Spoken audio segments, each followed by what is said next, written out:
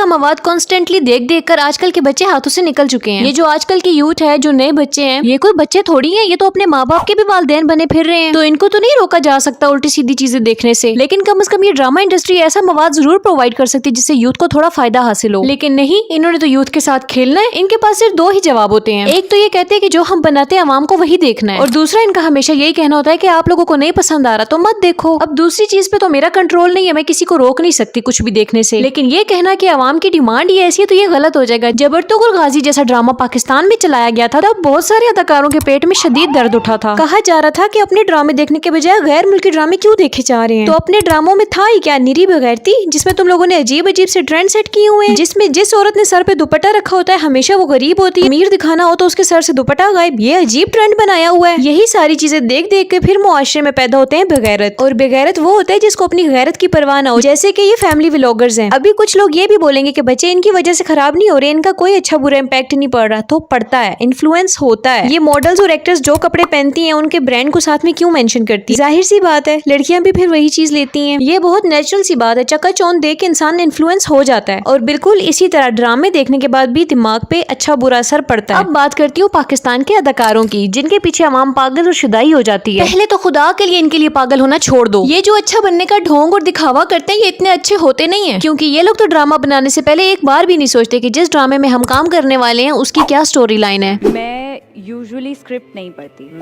पूरा पढ़ के किया था? मैंने पूरा नहीं पढ़ा था। किसी किस्म की कोई कंसर्न नहीं है। कितने सारे लोग इनकी वजह से गुमराह हो रहे हैं, पता नहीं इनको रात को नींद कैसे आती है। बेहयाई और बेगैरती से भरपूर ये ड्रामे जिनकी फजूल तरीन स्क्रिप्ट है, ये अचानक से तो नहीं आए हैं। ये आवाम को स्लो पॉइजन दिया जा रहा है, बहुत टाइम से इसके ऊपर काम किया जा रहा है। चंद साल पहले जो ड्रामे बनाए गए थे, जब उन्हीं का पार्ट 2 आता है तो उनको पहले वाले ड्रामे से कंपेरिजन करके देखो। सिर्फ ड्रामा अपडेट नहीं होता, उसमें बेगैरती भी अपडेट हुई हुई होती है। जलन जैसा ड्रामा जिसमें बहन अपनी ही बहन का घर उजाड़ देती है, बहुत ही बकवास ड्रामा था। ऐसे ड्रामों का क्या फायदा जहाँ रिश्तों का एहतराम ही खत्म हो जाए। और ऐसा तब होता है जब इन ड्रामों पे कोई बात नहीं करता, उल्टा TRP दी जाती है। रुसवाई तो यह है कि जब कोई ऐसा वल्गर सीन दिखाया जाता है तो आवाम उसके ऊपर अपना शदीद रद्द अमल देती है, लेकिन उसके बाद दोबारा अगर कोई ऐसा सीन दिखाया जाएगा तो उसको नॉर्मलाइज कर लेगी, क्योंकि लोगों के दिमागों में ये चीज फिट कर दी जाती है कि इससे पहले भी तो दिखाया गया है, इट्स ओके, नॉर्मल है। और अभी तो सब्र करो, अगर इनको रोका ना गया तो आगे क्या क्या देखने को मिलेगा ये तुम लोगों को फ्यूचर में पता चल जाएगा। ये दानिश तैमूर ने तो बेहयाई और बेगैरती के सारे रिकॉर्ड तोड़ दिए हैं, जिसमें बेहयाई, बेगैरती, जोर जबरदस्ती, हैरेसमेंट के सिवा कुछ भी नजर नहीं आएगा। क्यों ऐसे टॉक्सिक ड्रामे तुम लोग यूथ के हवाले कर रहे हो, जिसमें लड़की के ना चाहते हुए भी उसे परेशान किया जा रहा है, उसके घर में उतरा जा रहा है, जिसमें ऐसा दिखाया जाता है कि लड़की की ना में ही हाँ है, और टीवी में तो उसको बहुत ही ज्यादा रोमांटिक पोर्ट्रे किया जा रहा है। और इस ड्रामे में दानिश को कमीज तो नसीब ही नहीं हुई। और ऐसे टॉक्सिक लव का सोसाइटी के ऊपर क्या इन्फ्लुएंस हो रहा है वो तुम लोगों के सामने है। फिर भी अगर तुम लोगों को इस बात में कोई शक नजर आ रहा है तो अपने इर्द गिर्द नजर घुमा के देख लो, और कोई अकल को हाथ मारो, अर्तुगरुल गाजी जैसे ड्रामे बनाओ, कोई ऐसे ड्रामे बनाओ कि यूथ को मोटिवेशन मिले।